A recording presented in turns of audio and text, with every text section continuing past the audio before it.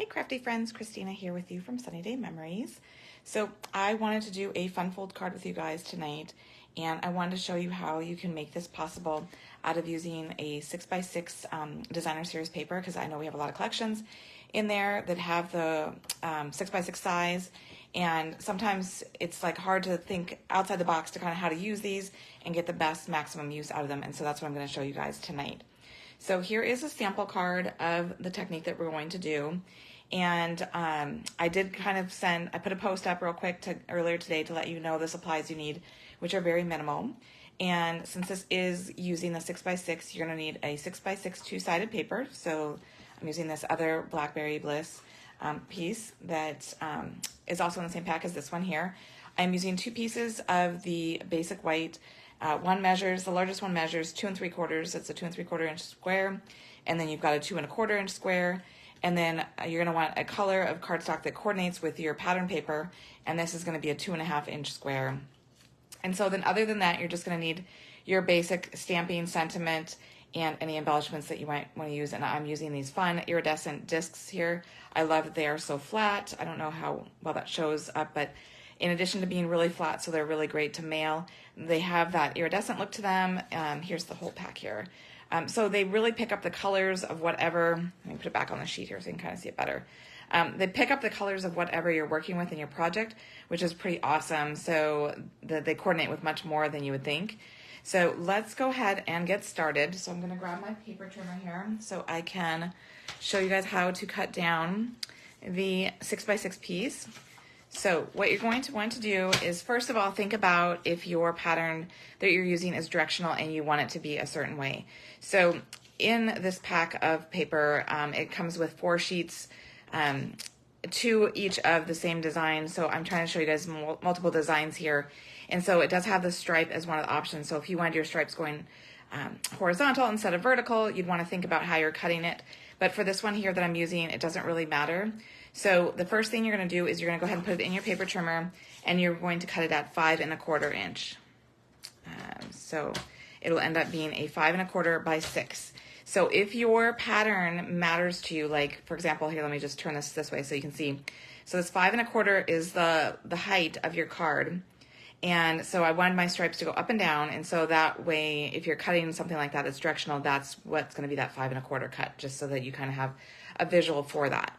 So this piece here, this 3/4 inch that's left over, we're going to keep for the end, and we're going to use it if you want to decorate the inside of your card. I just put it on the side strip here, just so that it gives it a little bit of decorative touch. So then we're going to go ahead and rotate this 90 degrees. So again, it is 6 inches by 5 1/4. And we're going to go ahead and cut it at 3 1/2. So we're going to slide it over here to 3 1/2. Okay, so this smaller piece here, this is going to be our center panel for our card. So this would be what the stripe piece is in my sample. So this remaining piece here, we're going to cut it into 2. We're going to cut it right in half. So this is a 3 1/2. So to cut it into 2, we're going to do it at 1 3/4, so that way they are equal pieces. And it helps if you put it in the right measurement. It's a good thing to check yourself. All right, so cut those into 2 pieces. So we've got 2 equal pieces now. All right, so then what we're going to do is this first piece here is going to be glued down in the center here like this.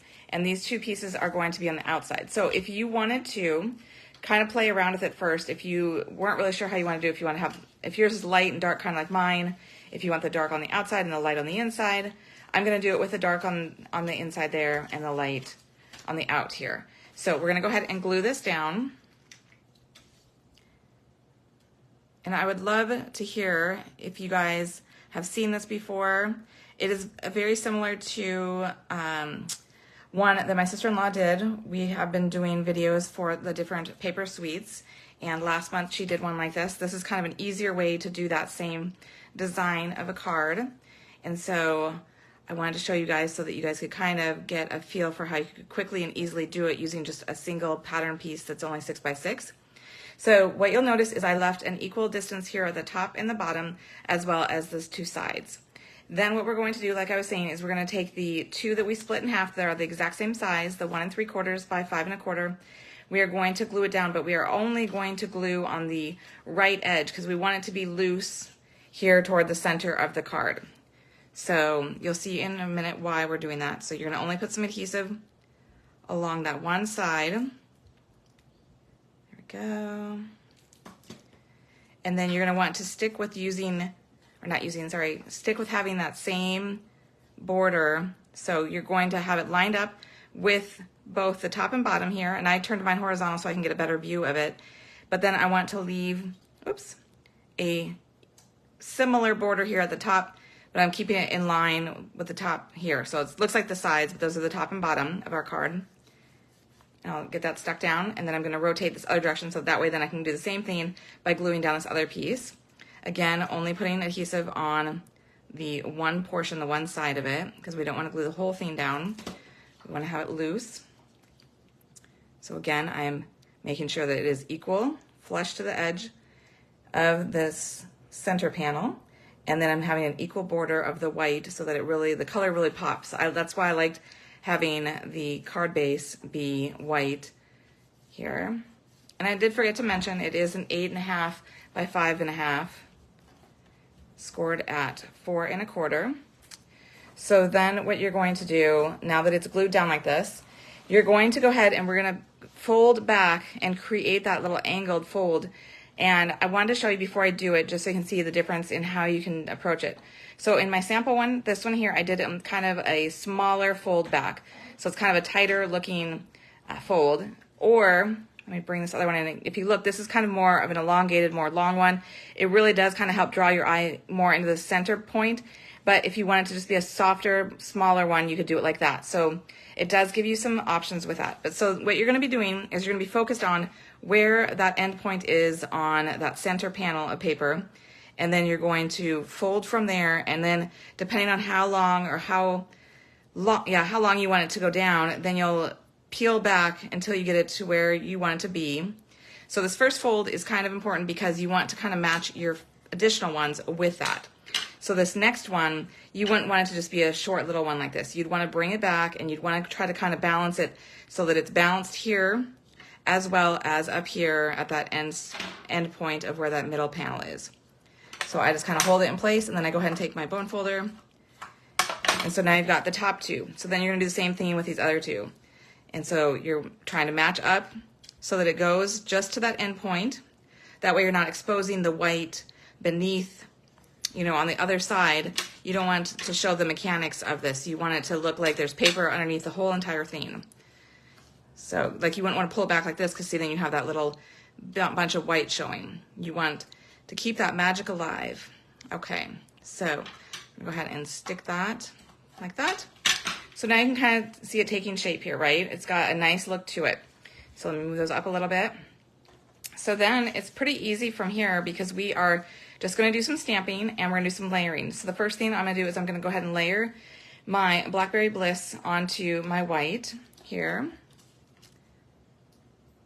And then we're going to stamp the sentiment on the other one and then do some layering from there. So you can make this as elaborate or as simplified as you want. I added 3 layers here just because I wanted it to have the white as my outer one because that's how the outer card is. But I also wanted to be able to stamp on this, so I wanted to have white here, so that's why I have 3 layers. But if you only want 2, you could certainly just do 2 layers. All right, so now I'm gonna go ahead and bring my foam pad in here. And I've got my image. I love this stamp set. I'm using the Layering Leaves. I'm doing this So Happy to Celebrate You. This is I love this set because it has a lot of great sentiments in it. And I use it over and over and over. So if you've not noticed it before, I would definitely check it out. And then I am using the Blackberry Bliss ink pad, inking up my stamp. And this color will stain your images, just so you know. It is a very intense color. And so it will stain it, but it does not change how well the stamps will stamp or anything like that. It's just that it's an intense color. So and then I'm gonna go ahead and I'm gonna glue this onto those other 2 that I'd already done. And I did not note, but I should have said, I'm sure you noticed, I was stamping it at an angle because we are doing this as a diamond. So it's important to keep that in mind when you are stamping, that you want it to be a diamond formation there. And the reason we do that is because then it kind of helps hold back those flaps so you don't have to add any adhesive to it. You just simply go ahead and glue it down. And I'm going to grab some dimensionals so that I can raise this up. So just put a few of these on here. I'm going to do one in each corner, but I'm going to kind of go in a little bit and then take the backs off. All right, so then you're going to center it again. And I liked that it almost went to the edge here of that white on the card base. And then you're kind of looking top to bottom as well. So you're doing both quick like that. And see, then it kind of holds these flaps down so you don't have to worry about them moving. And then the final touch is then to go ahead and use some of these dots, these discs rather. And whoops, it just jumped. Right, there we go. I'm going to stick one here in this corner and one in this other corner. So I used 3 different shades. When I did these 3 different cards, you'll see I did the darker pink here, I did the more pearly one, but it kind of brings out the lighter tone in that Blackberry Bliss, and then I used the kind of bluish one in this collection. So all fun, they all look similar, but they have differences because of the color. But it's a super simple technique to do. I hope that you've really enjoyed it, and I would love to see how you use it and what you create with it. So be sure to share that. And until next time, stay crafty.